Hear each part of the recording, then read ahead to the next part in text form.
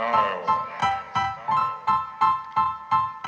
Style is the answer to everything. Fresh way. Welcome to Inside the Palace, a podcast powered by Palace Sports, where we interview athletes and discuss hot topics in collegiate sports. So today, I'm your host, Jasmine Pollock, and we are powered by Palace Sports. And I have a special guest with me named Luke Hill. He is a great athlete, and I'm super excited to have him here. He's a 19-year-old who plays at the University of Charleston in West Virginia at offensive lineman. He has a lot of history of playing sports from baseball to wrestling. So let's bring on Luke and have a conversation and ask him, about himself and just, what he's looking forward to this up and coming season. So let's get started. Let's bring on Luke. Hi, Luke. Welcome. This has been great. We've been waiting to plan this for a while. So, Luke, just tell the audience a little bit about yourself. I know I did a whole little bio for you, but tell the audience a little bit about yourself and what you're looking forward to most for this up and coming season that you're about to face. Well, I'm a sophomore at the University of Charleston in West Virginia. It's a Division II school for football. Really, I've just been my entire life. I've been an athlete. I've done stuff for sports. Like I've been playing football for 15 years now. Wrestled for 12. Sports has really been a main part of my life and how I've really gone through different periods of my life. Talking about Charleston. I'm super excited for this year. I think we have a really good opportunity to win the MEC and be the first Charleston team to win a championship. Yes, that's super exciting, especially when you're talking about winning a championship. I have some experience too. Me and my producer, Remy, we have experience. We played for a D2 school down here in Florida, Warner University, and playing women's flag football, which was really, really fun.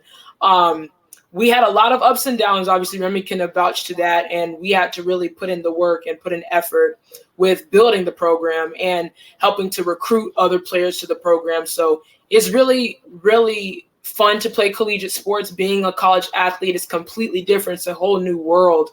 And I encourage, young athletes to pursue that because it's a different thing. It prepares you for pro sports. It prepares you for that next level. And it even gives you certain skills that you won't get inside of the classroom. I think our culture has changed a lot in the now year that I've been here. This is going to my second year.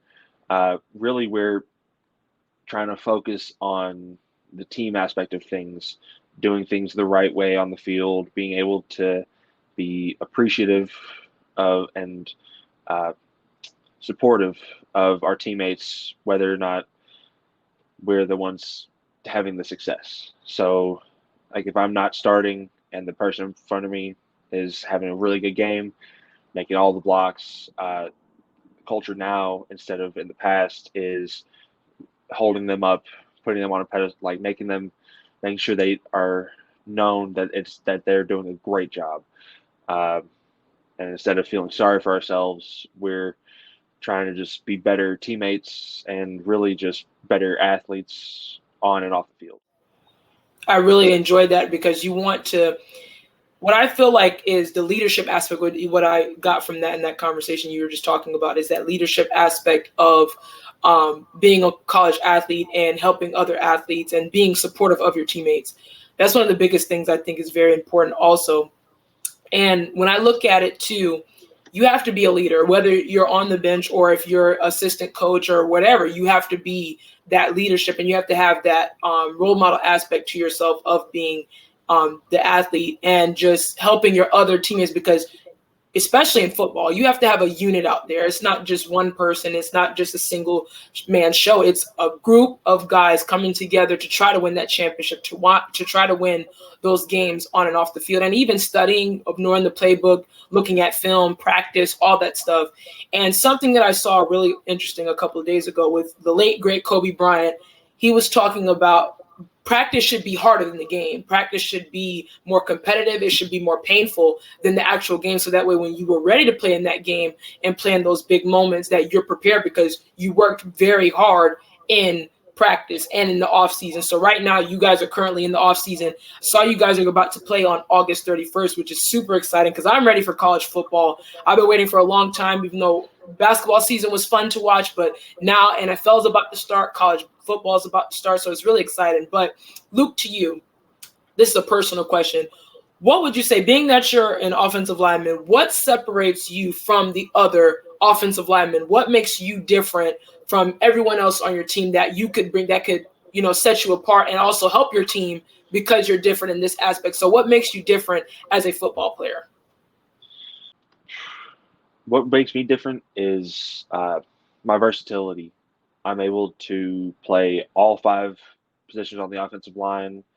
I can snap with both hands. It's all the little stuff that no one really thinks about. I'm able to really thrive in different situations, whether or not it's a good situation or a bad one. I'm able to work through situations that other people might not be able to. And I'm really just a leader, I feel like, towards a lot of the younger guys. We brought in 7 freshmen, and I feel like I'm able to really lead them and show them a good way to attack our schemes, our different offensive plays, and I'm really able to just be a leader. I feel like that's the biggest thing that sets me apart. My family is one of the biggest ones. All the people that are close to me know that I'm a huge family person and may have had hard times growing up, but I want to be able to make it to the next level, not only for myself, but to help my parents, my brothers, my sisters, my nieces, nephews, maybe in the future. But I really just want to be able to show them that no matter how much pain, sorrow, hard times, how many hard times you go through, you can always make it through and you can always persevere. And really one of my biggest things now is I want to try and create a bigger platform for myself to try and help men and really anyone who struggled with mental issues, depression, anxiety, all those, anything like that. I've struggled with those in the past, and really that's one of my biggest motivations is that if you are struggling, that I want to be able to show people that if you are struggling and you're going through hard times, that hard times make hard people, and you can always become what you want to be and just never give up. That's my biggest motivation, is just never giving up. I really love that because we don't ever talk about that far as the athlete of what's going on in the mind. Of course, we have expectations of athletes going out there and, okay, know the play, run your route the right way, tackle the right way, all these different things. But what's going on outside of the field? What's going on with them mentally and how they can progress? And I love that because I'm an advocate for mental health, and I know that so many times that we see the media or coaches, come after athletes and, oh, they should have been doing this better, all these different things. Of course, the media adds the banter. Of course, it's fun to watch, but I was on both sides. I'm in the media side now, but I was that athlete for many years, and I've had moments. We've all had moments. You've had moments, and that affects you on the field. So if you're not there mentally, I mean, how can you expect to, perform at your best and be the best for not just yourself, but for your players and your teammates? So I really enjoyed that. And then, of course, family. I really love that because family is very important to me as well. Seeing your parents out there, seeing your loved ones out there supporting you, that also helps with your mental health too. Seeing them out there like, okay, they're here to support me and they're giving me that much needed encouragement and much needed push that you need to perform at your best. So I really love those answers, and we need more of that. We need more advocates for mental health in these young athletes, especially in college. College is not easy. College, I mean, we have to go to class, we have to go to practice, prepare for these games, different things like that. So there's so much going on in college, and people don't really understand that. And they think, oh, just the athlete, I see you on the field, the court, whatever, instead of saying, okay, what is that person going through outside? So that's why I love college sports, because there's so many aspects to it, to where it's like, man, they're in the classroom doing what they need to do. They're studying and being on the field. So it's a lot of different roles that athletes have to do in college. So that's really awesome that you said that. So let's go to the game. When you're ready for a game, when you're prepared, even when you were in high school and when you've been playing, and you said you played football for 15 years, what was your like pre-game routine? Like, what do you look forward to the most? Like, okay, this is what I like to do to prep me for that game. What are some things that you could say that prep you for that game where you're getting pumped up and ready? Man, there's a lot of different things I used to do. A lot of them may not have been the best, for myself, but like I would. A lot of people may have seen if they are around football. There used to be a football player. I don't believe he's in the NFL anymore. Brian Cushing. Yes. He would headbutt people's helmets. And Mm-hmm. not super good for your brain, of course, but I don't know. It always used to get me pumped up. I'm not saying anyone should do that. Absolutely shouldn't. But I would do that. I would try and get into as little amount of into a spot with as little amount of people as I could, and I'd put my headphones in, and I would just sit there, and sometimes I wouldn't even have any music playing. I would just sit there and just think and just mentally go through every sort of play that we would use, and anything that could possibly happen. Just try and mentally prepare for it. Then, of course, everybody has their music. Everyone has something. Some days it'd be rap, hard rock, crazy things. But a lot of the times I realized I would listen to David Goggins. Mm-hmm. Just get me in the zone, think about how I can always push myself further, and then I'd get ready to go out onto the field, ankles taped, then hands, and then get ready and go. Yeah, I like that too. Music is my go-to as well. I love music, and music adds another sense to when you're about to play a sport, because it gets you amped up. Your favorite song might come on, like, oh, I feel good now. You know what I mean? And the whole headbutting thing, I've seen that before. Don't do that. Please don't do that. Yeah. It's very serious. The NFL has protocols against stuff like that because, brain injuries are very, very serious.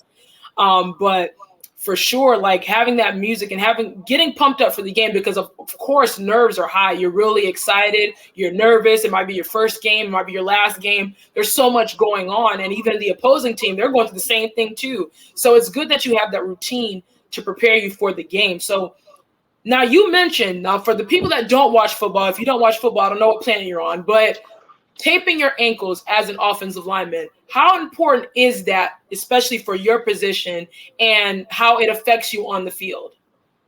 Oh, it's one of the biggest things for me, especially because no one ever really thinks about it. But on an offensive line, most of the time, you have 5 grown men who are 300 plus pounds, and they're in a very small area. Yes. So there's a lot of situations where you may not even be the one doing it, but you'll get stepped on. You'll have people roll into you, and it hurts. But biggest thing is, even if you don't have ankle issues or hand issues or anything like that, it's really to prevent any further injuries in case someone does roll over you, or you get your thumb bent back the wrong way going to block somebody. But it's really just a lot of preventative stuff. And plus I don't know, for me, it made me feel like I was able to explode better because I had that support around my ankles and my hands. I felt like I was able to be stronger and have a better grip. But yeah, it's really just a lot of preventative stuff and support. Yes, for sure. And it gives you that, like you said, that sprint that, you get off the ball, you're able to, when the ball is spiked, you're able to get up to your spot and defend the quarterback and help defend the quarterback and things like that. So it's very important. And it's a good method because I have football friends, who play at my university, and they even talked about that. They talked about the taping and putting different braces on to make sure that they're, because they're twisting and turning. You guys are trying to move people. You're moving another big person, and you're trying to get them out of the way so that the running back can go, the quarterback can have time to throw, and different things like that. So also, Luke, when we talk about football, and you look at your, career in football, what inspired you in the first place? Of course, people say, oh, my dad played, my uncle played, but for you, what inspired you to want to pursue football? That's a very good question. Really, whenever I first started playing, it wasn't even for myself or because I saw some NFL player playing. It was my brothers. Both my brothers played football for a long time. Neither of them were able to make it to the college level. Oldest brother Nate had issues with injuries, things like that, and my middle brother, man, he had opportunities. He just was burnout. He didn't like playing anymore. He got tired. He was really tired of hurting. But the biggest one was my uncle. He played college football. He played Division I. I can't remember exactly where, but he was in South Dakota. And really, he just is a large guy. I always kind of looked up to him, literally and metaphorically. But really, just him going through and just seeing the man who he became, I wanted to be a similar person to that. I wanted to be the person that everybody was like, oh, man, he plays football. I want to be like that guy. I wanted to be the person who people could look up to like I looked up to him and my brothers especially. Yes, I love that answer because, like we said before, it's always like there's always different stories I hear. I heard some guy like, I just wanted to try it. Nobody was athletes in my family, so I just wanted to do it. But for you have like a family lineage essentially with football, and you saw, different things. You saw the pluses and the minuses of the game. And you mentioned something about your brother that people don't talk about enough is the burnout.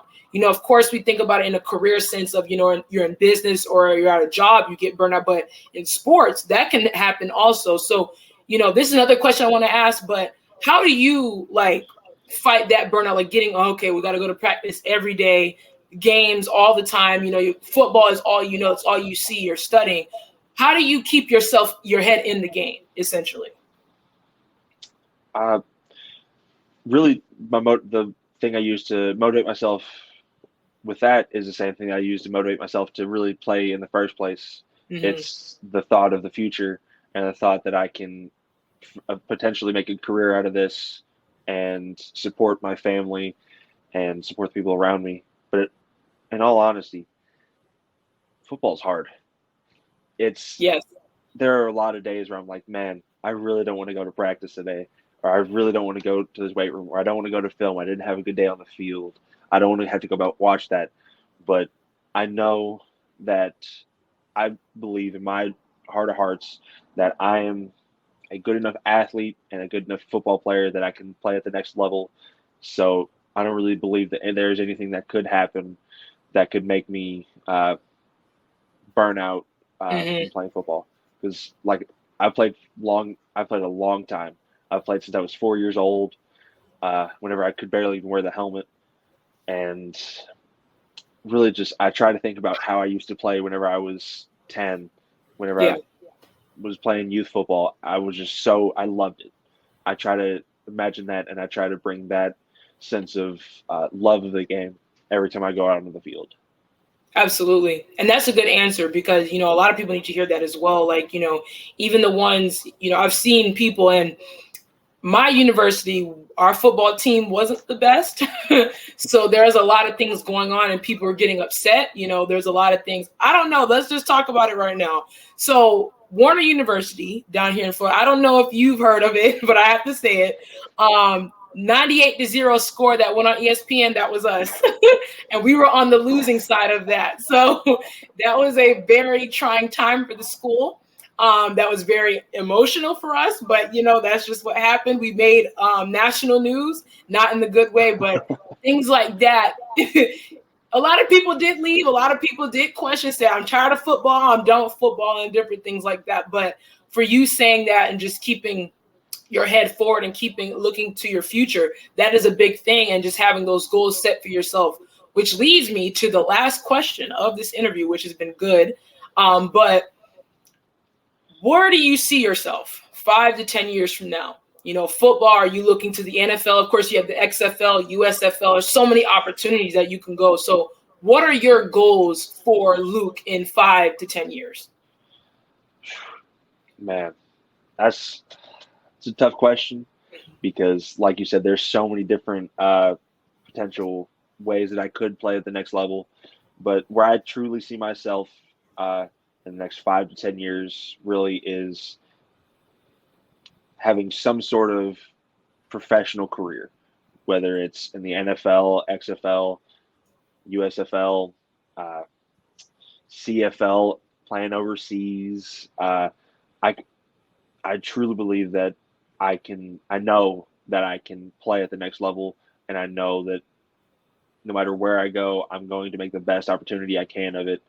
And after that, I'd love to get into I'm majoring in exercise science right now. I don't know if I mentioned that, but I'd love to go into maybe strength and conditioning and be a strength and conditioning coach for maybe my college, maybe my high school, and really just help build the next generation of athletes. Wow, that we didn't even talk about the educational side. I was just so focused on the the football side. But even when you talked about strength and conditioning like that, we need that too. There's a lot of need for that, and helping athletes, making sure they're getting the right nutrition, making sure they're getting the right exercises in to prevent them from injury. That would be very good. And of course, I would love to see you play on Football Sunday, see you in different aspects, because I watch all of it. I enjoy football. Football is probably my number one favorite sport, even though I watch a lot of different leagues. But definitely, of course, the XFL is starting to grow. I've seen it this past year, the opening season. I think The Rock is doing a very good job of trying to put it on the map and bring it back and add different things to it. Of course, I would love to see more of, the more, thorough things, because I know they have some things that are so like all over the place. We are expecting the NFL, but it's not the NFL, it's the XFL. And then the USFL is also really, really, really awesome. And then of course overseas it's growing. You see the league trying to go overseas as well. You see some of the teams go over there and play overseas in London and Germany and different things like that. So I would love to see you be out there in one of these big organizations and franchises and helping them win championships, helping them get to those playoff games and win. Because a lot of teams need it right now. They need some O-line. A quarterback needs help. So, I mean, when you look at that, we need that for sure. And I think you would be a great, great asset for any organization. I really, really wish you the best, especially in this season and then in your future, because I see it's bright, obviously, and it's really exciting. But, Luke, I want to thank you so much for taking the time to being on this show and just giving your expertise in your life, and just opening more doors for other athletes and young athletes. But one more question, because I love to ask a last question. What is your advice for the young athlete trying to get to college? What do you have to say to a middle schooler or a high schooler trying to navigate where they're going? What do you have to say to them, and what advice would you give them so that way they can have as much success as you are?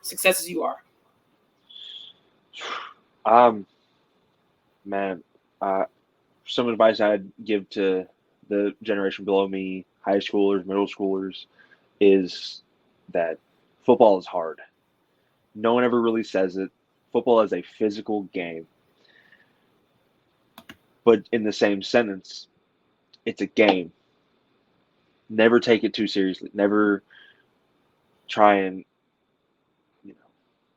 force yourself, if you aren't enjoying it, to play. But always give effort.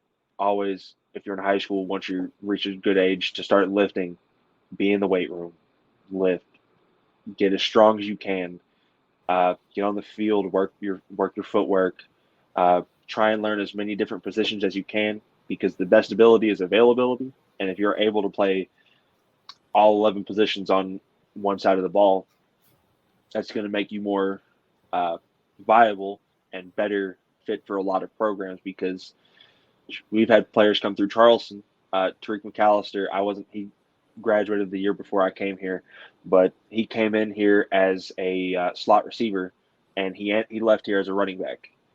John Kaminsky, another guy who came here, is a defensive end for the Lions right now.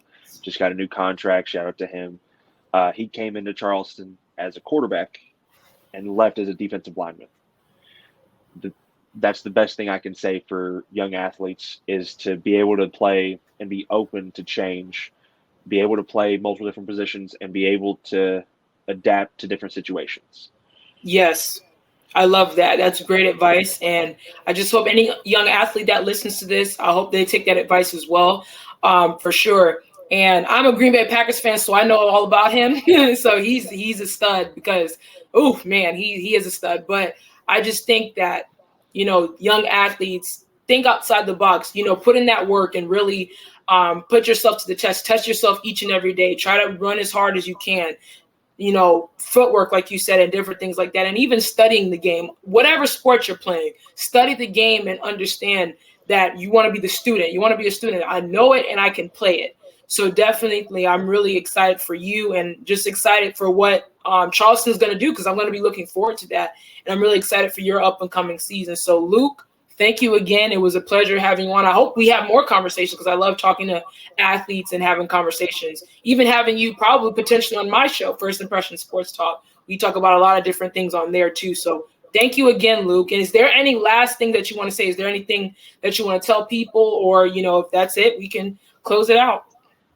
One last thing, something I kind of forgot to talk about, is with the advice to younger people. You're a student athlete.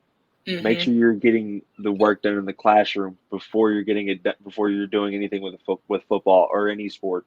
Because I know a lot of great athletes who could have gone Division I or really anything like that weren't able to have those opportunities because their grades, because they didn't put in the work in the classroom that they did on the field. So really just work hard in all aspects of your life. Yes. And on that note, that wraps up the Palace Sports Inside the Palace podcast. You can catch us sporadically throughout the month. We're going to have more athletes on to talk a lot about different things, especially like Luke talking about their experiences in college, being a college athlete, being a student in the classroom. We're going to have a lot of conversations. So this is the first episode, Luke. I mean, this is exciting. That being said, we will see you next time for more. Please check out this episode. Next week, we'll be editing and getting stuff done. But that wraps it up. See you guys next time. Style. Style is the answer to everything.